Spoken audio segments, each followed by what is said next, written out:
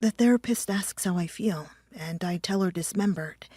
I do not know where the pieces have been discarded.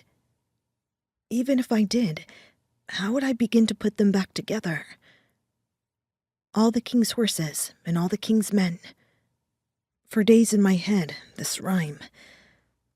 It all started with the metamorphosis. You were sitting in the back of your store, Mirror, chain-smoking at 7 in the morning, waiting for me to take photos for a magazine. The editor had told me little about you except for your name, Asher Fromm, and titles, tie designer, owner. Despite the bell's jangle, you hadn't heard me come in.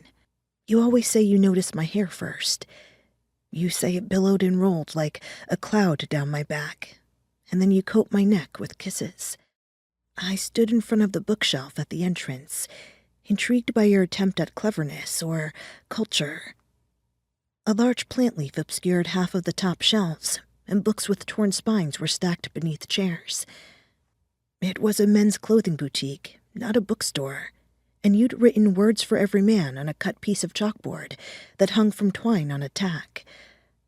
I picked up the Metamorphosis, opened it, and put the pages to my nose. Inhaled. What are you doing?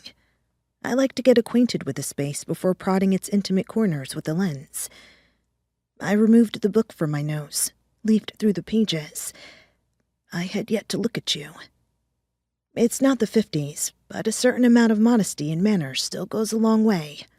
I put down the book, plucked another from the shelf, and ran my fingers along the spine. Music played. Guitars and drums. Your store is gorgeous. The classic novels are a nice touch. It's like a tailored rock star, a hipster, and a member of the Nation of Islam walk into a bar and read Hemingway. God, you're strange. I turned, glimpsed your face. It bodes well for me. I'm Jewish, though, not Muslim, so it would be more like a tailored rock star, a hipster, and a Jew walk into a bar. I'm Black, Haitian, Japanese. So, now that we got our census information out of the way, where would you like to start? I like you. You smiled. The feathered scar on your jaw was my favorite. In a few months, we would be married. Stand before a judge. Me in black combat boots and a white mini dress, and you in a trim burgundy floral print suit. We linked arms and held hands. Repeat after me, the judge said, and we repeated. Recited vows as somewhat strangers, then family. I could hardly bring my tongue to curl around the word family. Project it. So why do I consider it now?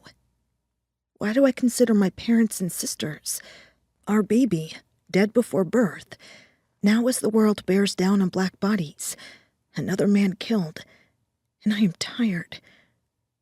Now that I've had enough.